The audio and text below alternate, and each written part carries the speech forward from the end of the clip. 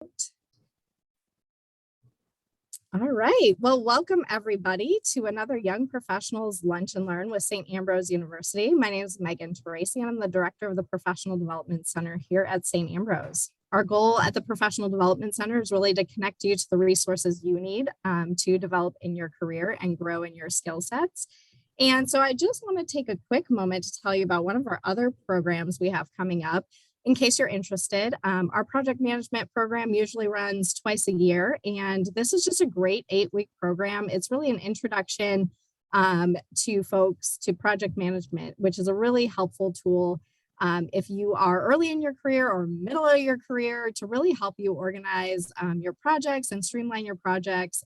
It's also a great step if you're looking to get certified with the Project Management Institute. We actually, this would qualify you for the educational credits you need to sit for that exam. So if you are interested at all in project management, or maybe you're just looking for something to do with your time in January, as we know it will be cold and you won't be able to do other things like go outside, unless you're into winter sports like in Miss Hannah. Project management is just a great tool to add to your toolkit. It's also a digital badge. So we'll be talking about LinkedIn later today.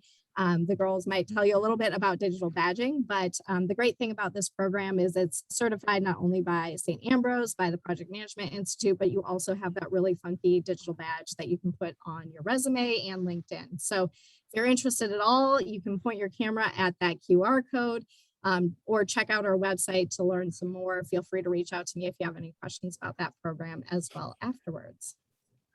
With that, I'm going to go ahead and thank our wonderful sponsors, the JCs of the Quad Cities. They are a young professional organization making great things happen in our community through philanthropic fundraising and giving back to our community. And I have Nikki Shaw with us today to tell you just a little bit more about the JCs. Nikki? Thank you, Megan. Well, thank you guys for being here today. I appreciate it.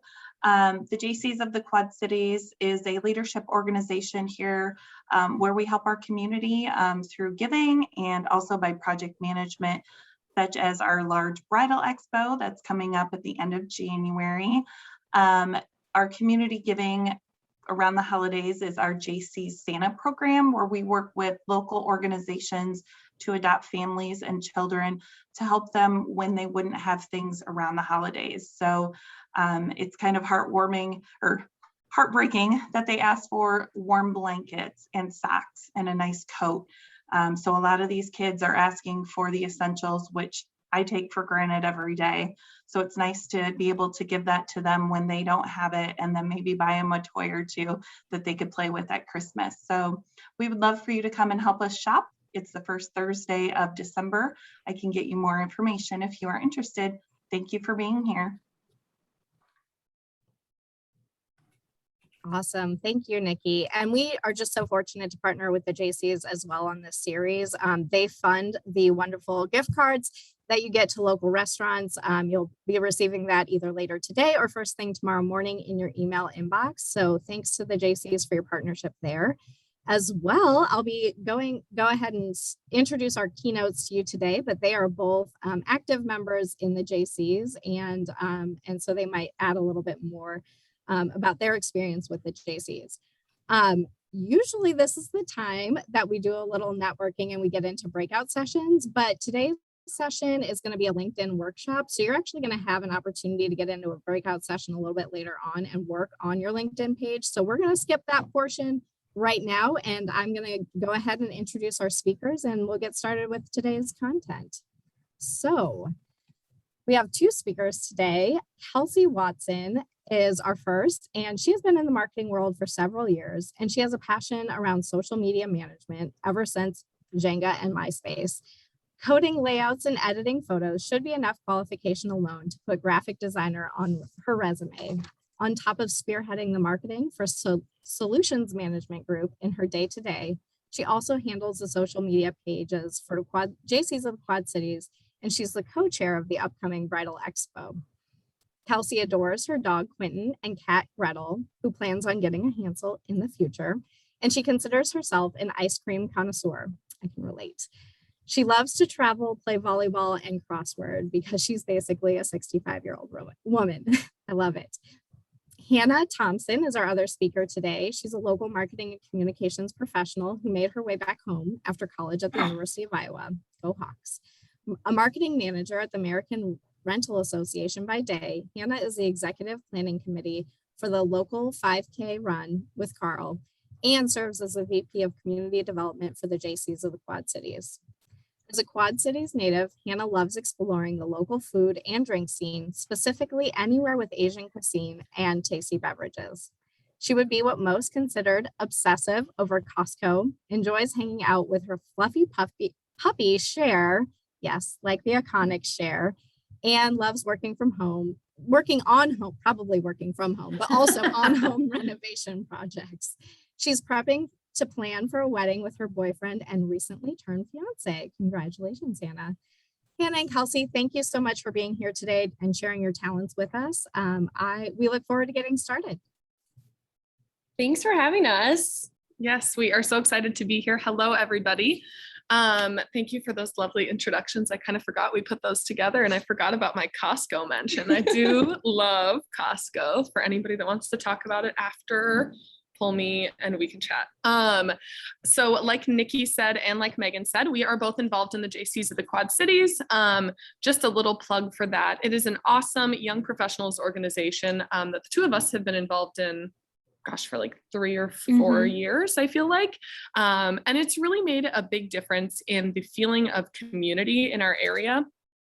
For me specifically, after college, I really wanted to get involved in a local nonprofit and spend time doing more volunteering, but also like build my friendship network and my professional network. And the JCs has really allowed me to do that. And then I've made awesome friends like Kelsey and Nikki and Megan. So it's been a total pleasure to be involved in. And now we even get to do stuff like this, which is, I think, something neither of us ever thought that we would do. So pretty cool. Yeah. And I got involved with the JCs 3 or 4 years ago as well. I actually started my introduction to JCs with the Bridal Expo. And as Megan mentioned, I'm the co-chair this year. So it's a lot of work. A lot of work goes into it. And we have some really great volunteers that work the event leading up to it and the day of. So if you're interested in not only attending, but also volunteering, make sure that you reach out. I'd be happy to help get you signed up. So awesome. All right, well, let's dive in. So today we are talking about the importance of LinkedIn and how to take your profile to the next level so that you can connect with as many people, have new job opportunities, and grow your professional brand. So I'm going to share my screen. Let's see, give me one sec here. All right. Okay, are you all seeing my screen? Megan, is it working? You're good. I can see Yep, it. you're good. Thanks. I was like, oh no, crickets. all right. Awesome. So just to kind of kick it off, I just kind of wanted to throw the question out there. What out of the people in the audience you guys think is one of the most important tools as a job seeker? We'll have you kind of put your answer in the comments, and then Megan's going to throw some of them out just to kind of get the conversation started. Important tools as a job seeker.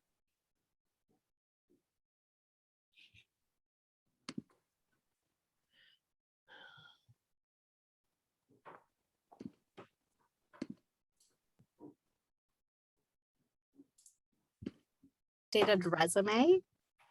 So are you asking what's important to job seekers, Yeah. or what do we think they're looking for on our resume? Yep. So like what would be a good tool that you could use that would be attractive to a future employer or potential employer? Sorry. When you're looking for jobs, what do you think about? What do you update? What's important to you? Like volunteer experience, for example.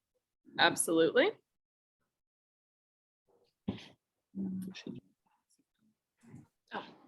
All right, so we've got networking, volunteer experience, cover letter, certifications and education, Yes. Awesome. endorsements. Yeah. We love an endorsement. We do. So all of those things are really great examples of a good tool to use for a potential employer to kind of stand out amongst your peers or other candidates. With that, there is one platform that combines it all, and you guessed it, LinkedIn. You can kind of highlight any of those things on your LinkedIn profile. So I wanted to also kind of ask, do most of you guys have an active LinkedIn? Is it something you set up 2 years ago and you haven't been on since? Or are you do you consistently post, share other posts from maybe some coworkers? What's kind of the vibe we've got going on? What's your LinkedIn status? Yeah. Are we dating? Are we single? What are we thinking?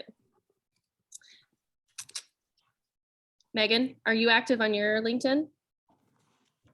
I try to be, but I'm really excited about tips on my profile because I feel like that could use some like bringing into the 21st century. Yeah. What are people saying in the comments? Are we I seeing? try to go in every day, post every now and then, need to be more active. I don't use it as a tool to connect as a default.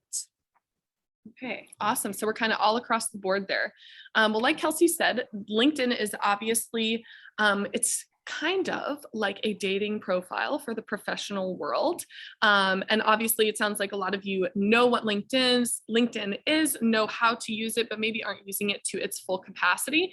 It is just the perfect space that is easily updated, is digital, and is accessible to almost everybody to share your experiences, skills, qualifications that you have built throughout your professional life, to then share that with your network, interact with people, build that professional space that you have. And whether you're looking for new jobs or not at the time, it's a place that once you have that built to a certain degree, that will give you new opportunities for the future.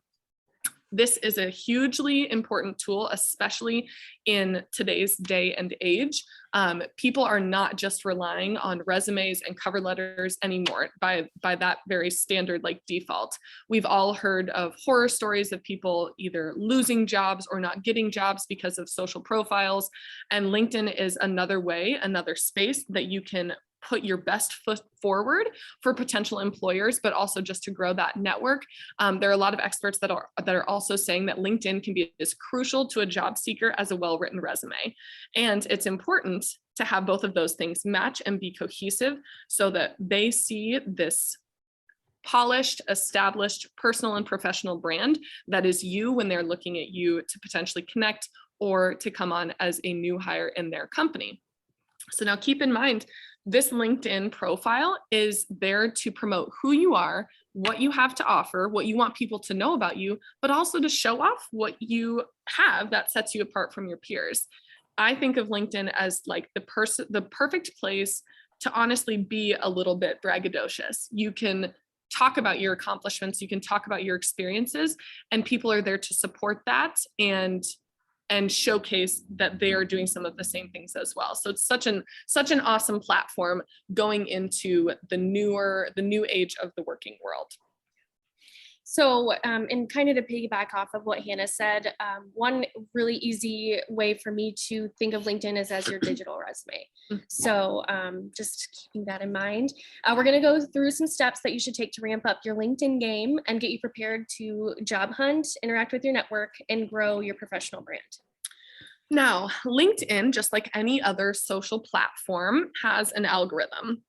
And that algorithm rewards users with the most complete profile, which is the all-star level. And, you know, not to brag, but me and Kelsey are both all-stars, which is something that you can easily accomplish for yourself as well. As you can see on the screen, we've got a list of 7 different steps that we will talk through essentially that would get you to that all-star level, which means that you're more likely to show up in search results. You are more likely to come up when people are searching for your specific name.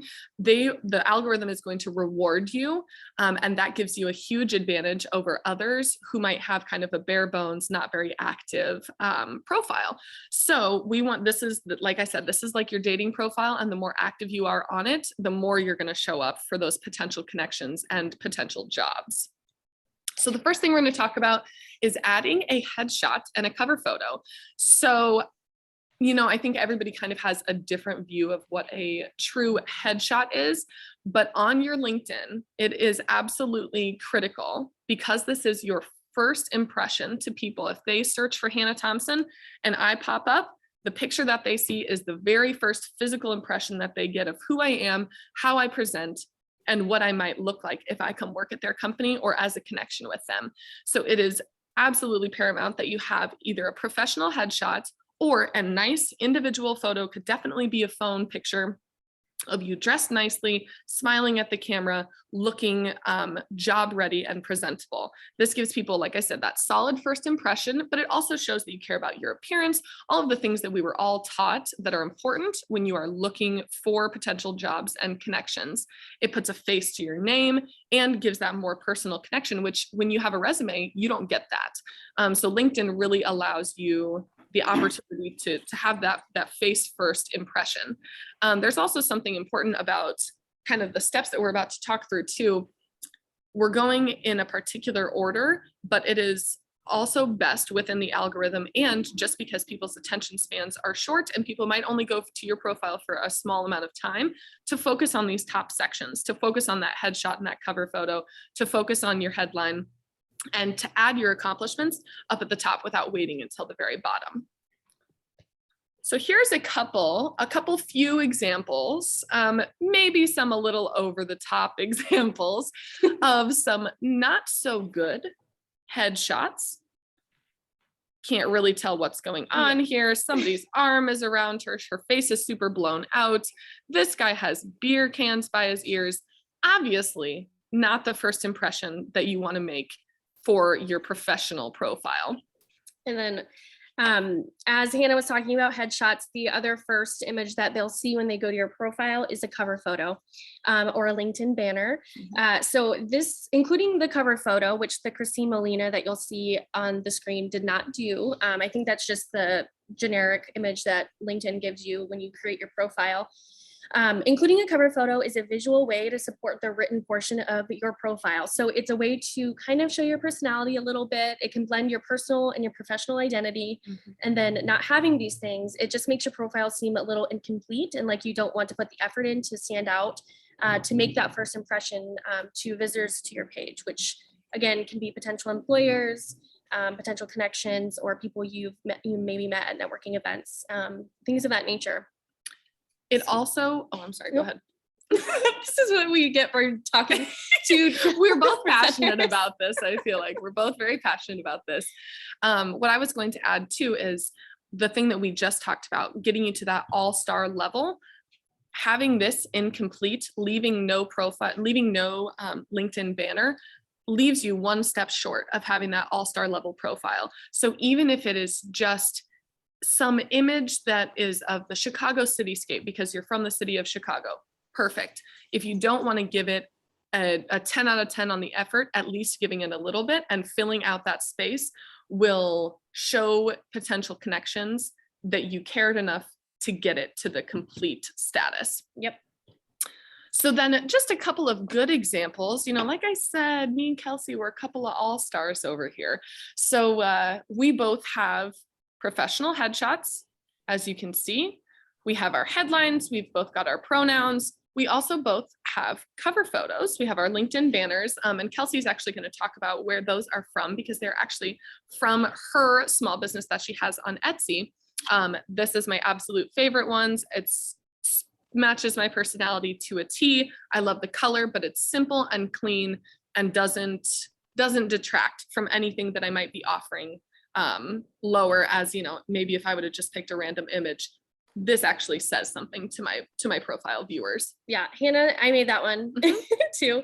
Hannah's is a little more simple, just a quick little, just a little pop of color in there. Mine is a little more eccentric. Hannah did say I created these on my Etsy shop and I pretty much change mine every week because I'll make new ones and I'm like, oh, I'm going to change it to that because that's now my new favorite. But yeah, LinkedIn banners, like I said, it's just a really great way to tie the bow on your LinkedIn profile and make it look complete. So creating an engaging headline is the perfect opportunity for a conversation starter. So as you had seen in, I'm going to go back one, as Hannah and Hannah's profile and my profile, we have our headlines here. So she's got creative communicator and extroverted extrovert. And then I've got creative thinker and coffee drinker because apparently I like to rhyme. Those are really good ways for that to very simply but uniquely put together, you know, how we are in the professional workspace. So it's the most valuable real estate on your profile. You will see a lot of people that have their actual jobs title or position title on their headline, and there's nothing wrong with that. It's just something to kind of spice it up a little bit and set you apart from any other candidates that might be applying for a similar position for maybe the same, you know, employer. So absolutely. And I do think that it's also a way to showcase, just like your LinkedIn banner showcases a little bit of your personality. I have in mind that I'm an extroverted extrovert. I'm also, I think I love things that are a little bit funny, that are a little bit cheeky. And I also mention a few funnier things, funny, lighthearted, not so serious in the professional manner down in my summary as well, so that folks know that when they meet me, they're not supposed to expect somebody who is super buttoned up, super professional. I consider myself a professional, but I also love to have fun and be silly. And that's kind of a way to show people too that I'm outgoing. I am truly the most extroverted extrovert that could possibly come about. So we've got a couple of other examples too. As you can see with this Anna Lee, slinging SEO advice around the world, will write for burritos. I love that one. I think that is absolutely super cute and funny and showcases her personality, along with Laura Bell Gray. I write the only newsletter anyone opens anymore. And she's, I believe, a CEO, so she can say something like that. I probably wouldn't for my own profile, but I'm early on in my career. And I love that she has the confidence to put something on that, because that's what people have come to expect from her personal and professional brand. right. And then we've got Michelle down in the bottom left-hand corner. So she's got digital communications, content marketing, and social media professional seeking new opportunities. And then the one to the right, searching for opportunities with international NGOs. We included those too, because sometimes when you're looking for a job, you might not have a position currently. In that case, if you are looking for a position or you're looking to seek new opportunities, that is a perfect spot to put that. Michelle did a good job of kind of making it a little more just descriptive with, the job that she's looking for with the industry that she's in. Laura, she needs to change that LinkedIn banner.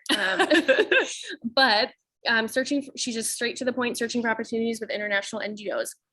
I have no idea what that means, but I'm sure anyone in the international NGO industry can attest to thinking that would be someone who's looking for a job in international NGOs. Absolutely. I also think that something that Kelsey and I are about to touch on when we talk about the summary, Michelle's does a really nice job of using keywords.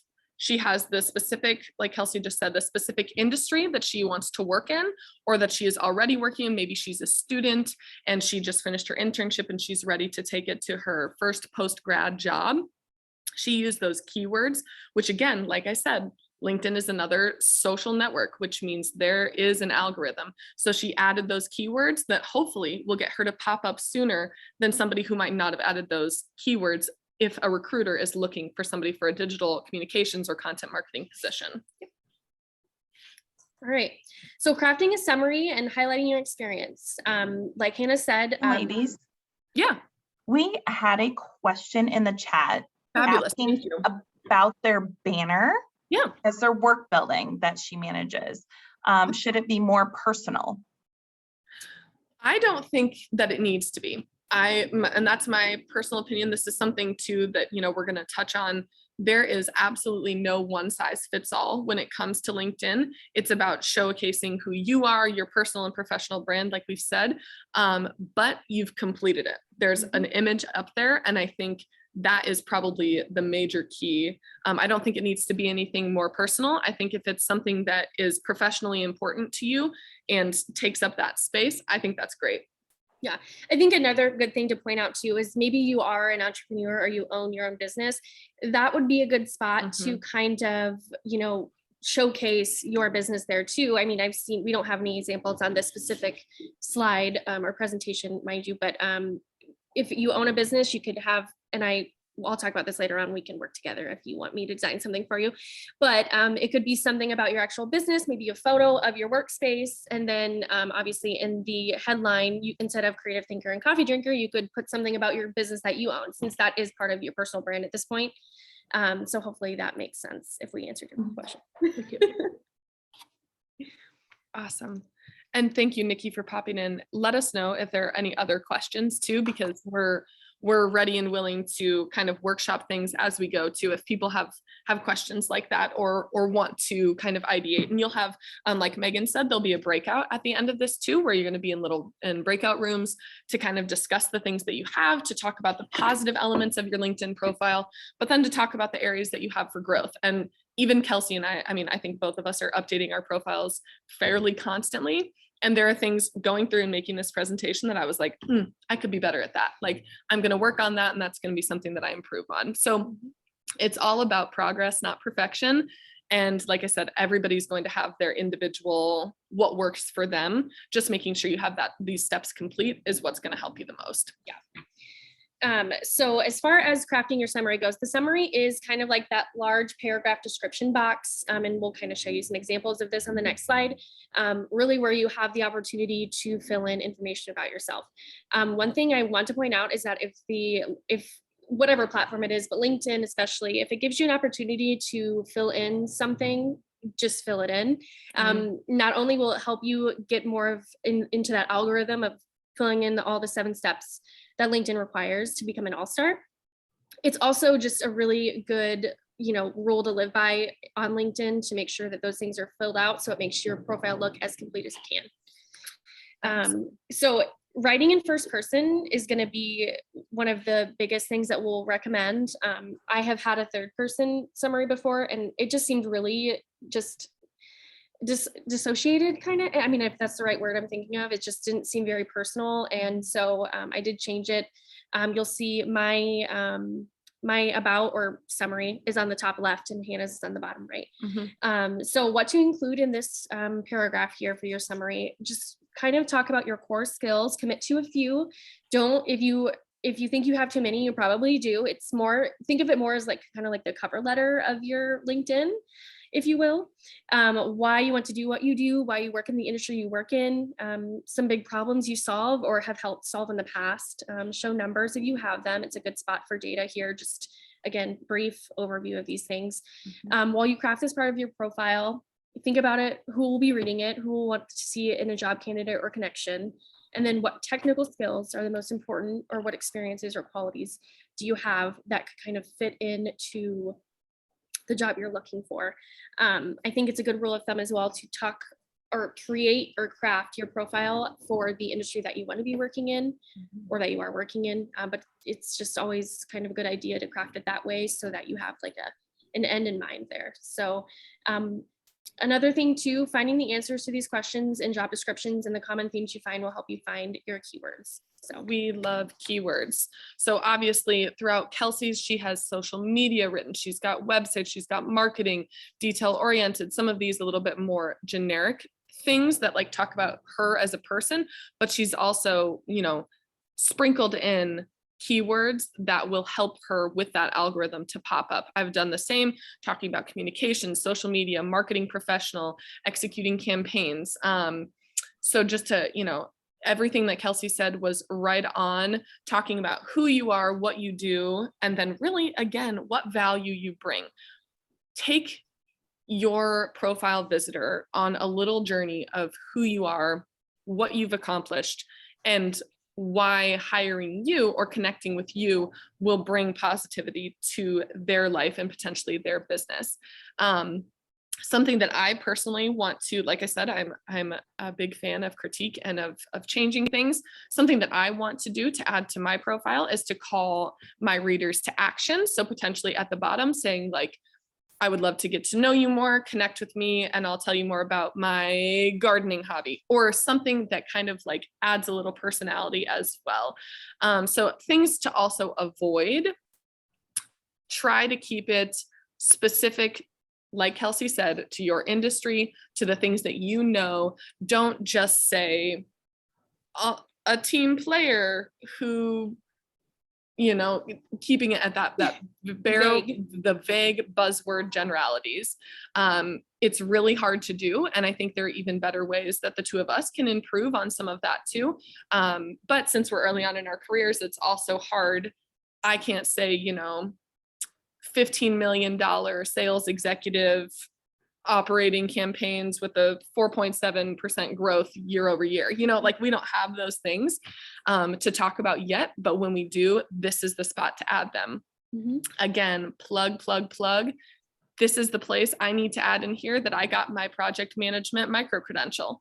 I need to add up in here that I serve on the board of the JCs of the Quad Cities, so that people know up in this top section, if they don't want to scroll all the way down, they don't have to. It's all right here. Yeah. One of the things Hannah mentioned earlier too is to focus on your top sections. Mhm. So the description, I'm sorry, the summary, I always call it this description. Close enough. Your summary is it's one of the top parts of your LinkedIn profile. So if you can see on mine, the top one, in the bottom paragraph, Mhm. I kind of poke fun a little bit at some of my hobbies that I have in my personal life. And then I talk about volunteering in our Quad Cities community with the JCs. So there's a volunteer section that we will talk about in a little moment, Mhm. in a little bit. But volunteering is very important to myself, as is Hannah. Mhm. And I wanted to include that in my paragraph because you won't see it until later on. Yep. I also added like the personal anecdotes with a cup of coffee in one hand, crossword in the other. I do crossword more than I'd like to admit. But it's kind of fun to learn a little bit about your personal life while, because it's just a little more meaningful to it, at least to me it is. So Definitely. Yeah. Definitely agree. All right. So she said we were going to talk about job and volunteer experience. And here we are, job and volunteer experience. So the next section, you go from your banner to your cover, to your headshot, to your headline and your location and all that good stuff. Then it is your summary. And then it hits your job and volunteer experiences and your education as well. Yep. So one thing that is a big pet peeve of mine is when people have their job listed in their experience, but they don't have a description of some of the duties that they handled while they were in that position.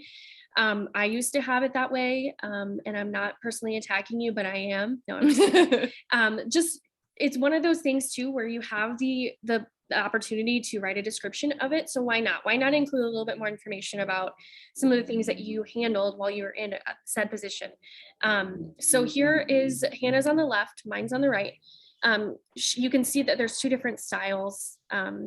So Hannah has more of like a bulleted or the dashes of some of the things she handled, and mine's a little more paragraph style. You just want to be detailed in your description. So marketing and sales specialist. I work to promote the company I work for. I coordinate and produce all marketing and promotional materials, manage all social media and website, create monthly newsletters, et cetera, et cetera. It's including action items and numbers where you can. And another place to be sure your LinkedIn and your resume match, because this is, again, the digital format of your resume. You want to just make sure it's consistent. The good thing about LinkedIn as well is that you have additional space. The general rule of thumb has always been, I'm sure we all know it, 1 page for your resume. Nobody's going to read a 3-page resume, even if you have 3 pages of experience. You want your relevant work experience with brief descriptions on that paper resume. This is a place to go in, make sure that your bullet points or your paragraphs match your resume, but also take it to the next level. Add the things that have the number-driven aspects behind them. Add more detail. Add a few extra bullet points about the additional tasks that you might have completed within each job. It really gives it that nice, full, rounded out experience when you talk about each of your jobs and job experiences that you've had in the past. Depending on how you organize your LinkedIn, your education can either sit between your job, education, then volunteer, or it can sit more towards the bottom. I think I have my education in between the two, but eventually I'll probably move my education to the bottom because I'll be 10 years out of college, and that's just something that shows you that I spent the time to get educated and have higher education degrees in my belt. So then you can see here as well, mine's on the left, Kelsey's is on the right. We talk about our volunteer experiences. Now ours are very JC's heavy because we've both been on the board for 3 years, and we're really involved in this community organization. But you can see that Kelsey's added Big Brothers Big Sisters, which she recently just started. Below here I've got Run with Carl, which I'm on the executive planning committee for. So it shows that I've sunk in to the Quad Cities community, that I care about what's going on here in our neighborhoods with my peers, and that we spend our time and want to showcase that, like, we've been on the boards. We have these outside of work professional experiences that give us a little bit extra oomph when you're trying to connect with us or potentially have recruiters talk to us about different jobs. Every job interview that I've ever had, I have had people ask me about my volunteer experiences. And I never thought that would be the case when I left college, but everyone has always asked me about either Dance Marathon, Run with Carl, or the JCs. So it's a really important thing. If you are involved, this doesn't even have to be being on a board. This could be that you are a general member of the JCs of the Quad Cities, or you're a big sister for Big Brothers Big Sisters, or that you serve on the American Heart Association committee, and you volunteer once a year for their Go Red for Women event. It doesn't have to be anything super time consuming or super official and intense. It could just be that you spend time getting back into your community. Another thing to mention too, sometimes we're part of organizations that we don't volunteer at all at, we're just part of. So this would not be the space for that. There is an organization section. It's not super highlighted on LinkedIn, or maybe I just need to delve into that a little bit more. But for instance, I'm part of the PR network of the Quad Cities. I don't volunteer for that event. I'm just a general member. So that wouldn't fall under volunteer experience necessarily, but it's still an organization that I include myself in. Yep, which ties you to other professionals that might be in the PR network of the Quad Cities or PR networks of Chicago or beyond, which is pretty cool. So our next thing is talking about customizing your URL. So the URL is obviously what is found up at the search bar. If you are on your own LinkedIn profile, maybe yours says linkedin.com/in/4527890. Update that. It is super important, and it's a very easy thing to edit. You literally just go within your profile. It says edit URL and public profile. It's a button on the right hand side of the screen, and there's a space for you to personalize this URL. Mine is my name with my middle initial. Kelsey's is Kelsem Watson. This makes it easier for people to find you. Again, it's all about that algorithm. People can find you if people know your name, if they know your first name or your last name, and maybe your location. This is how they will know that it's that like you're the one that's supposed to come up on their search. And it's just such a simple, we won't even spend very much time on this, but it's just a super simple, easy way to, again, make your profile seem and feel and be complete for the people who are searching for you. Yeah. And if you have a personal email on your profile, mine is, for instance, kelsemwatson@gmail.com. So I try to kind of keep those consistent with each other. So if that's an option for you too, and as long as the name's available, I would definitely recommend doing that too. Mine is the exact same. My personal Gmail is hannahmthompson@gmail. So it's again kind of that brand consistency, because you are the brand when it comes down to what your LinkedIn looks like and comes across to people who are searching for you. Oh yeah, this is me. Connect, as it says on the screen. Add people that you know. There's a lot of opportunities in the professional realm where maybe you're going to a networking event and you meet somebody named Victoria, and you're like, hey, Victoria, you find her on LinkedIn. you say, hey, Victoria, you can message her and you can connect that way. Just people that you've met, people you have positive relationships with, or maybe even previous educators that you've had the pleasure of having in class, previous student or classmates, things of that nature, coworkers, of course, colleagues. And then of course, if you're involved in any organizations, just make sure you're connected to those people so that you guys can have each other on your timelines and just see, what you guys can kind of mingle on. I have gotten a job through LinkedIn, actually, through connecting. I had met a gal at two or three jobs ago, and we had just met once. It was just like a, hey, hi, how are you doing? And we connected on LinkedIn pretty close after that. And she had ended up messaging me because she knew the industry I was in and said, hey, we have this job open. And it ended up working out, and I ended up accepting a position.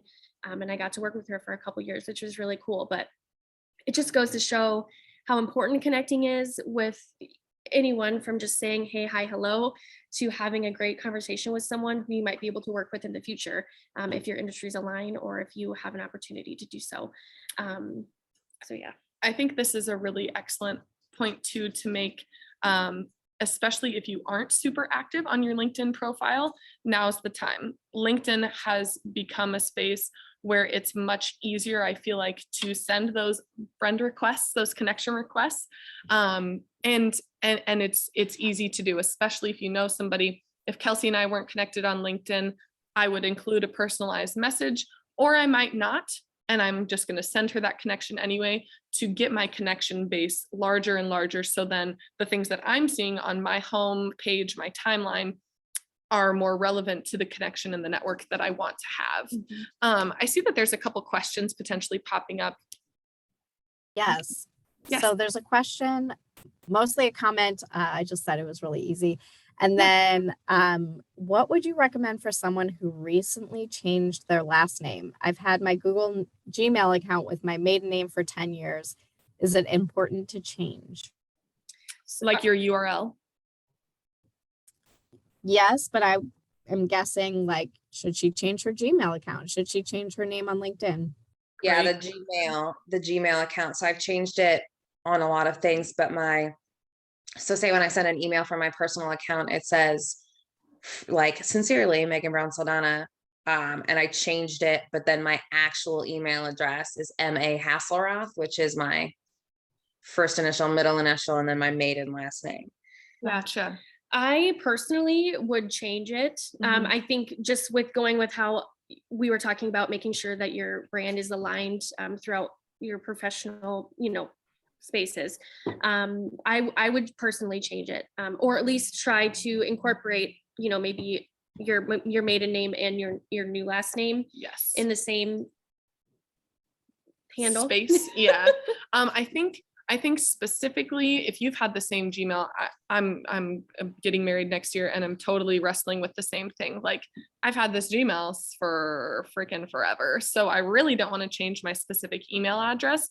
It'll probably take me a few years to change that, but at least changing your name on the way that it appears in your profile, I think is more critical than changing the actual, your actual like email address.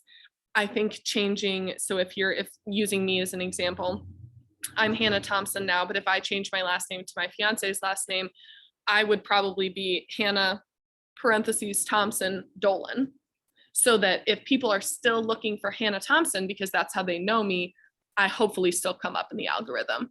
I think that's kind of a good way to do it. Your URL that's a tricky one. If you're going to keep your Gmail to be your maiden name, maybe keeping that URL to match your Gmail would be easiest, at least for now too. And in a few years, once it's less, like fresh and more people know you by your new last name, then you can take that opportunity to change out the URL, change out your Gmail, things like that. A couple of additional pieces of advice. You can forward all your emails from your old account to your new account. Totally. Awesome idea as well. Heather says, I read a LinkedIn advice to include your maiden name in parentheses in how your name appears on your profile. That increases the ability to find you. Yep. Oh, glad we're aligned. That's great. Awesome. I wanted to add one part too here that connecting on LinkedIn isn't as creepy. Oh my gosh, there's an ambulance. Sorry. Connecting on LinkedIn with someone random that you only met once, or maybe not at all, but you just see that they're in your industry and you want to connect, it's not as creepy as Facebook, like doing that on Facebook. Yep. So Like it if you just met somebody definitely- once at a networking Yeah. event, it's okay to add them on LinkedIn because you just never know what might Right. what might Whoa. Whoa, are we saying that it's creepy to add people on Facebook? No, Just- no. Because that I'm guilty of that for sure. Oh, me too. I meet you once and I'm like, let's Yeah, be friends. I am too, but I think some people are a little weary of doing that, of adding people on LinkedIn because Yeah. they don't want to come off as too forward, or Right. it's just not the same. I'll kind of touch Awesome. on this. Oh, sorry. Oh, Is no, that I me? Okay. Yep, I was just gonna say, we're moving on to endorsements and recommendations, which I know was something that people mentioned at our very first question, what's important to job seekers, recommendations and endorsements. So having a robust section with skill endorsements and recommendations is super important. Don't forget that it's okay to ask someone you know and trust to give you a LinkedIn recommendation. It's no different than a letter of recommendation. It's only a digital version of that. Same goes for endorsements. And that one's even easier. So this is actually endorsement. I always get those confused. Recommendation for myself from my friend Josie. She's a previous colleague of mine, or former coworker. And she just wrote a really nice note. And I wrote one for her as well, because she had just started her new business at the time that she asked for a recommendation for me. And I wrote mine. And then I saw hers and I was like, okay, mine's a little weak, and it's fine though. I just think that, recommendations it's such a strong way to see how people you worked with in the past can, Yes.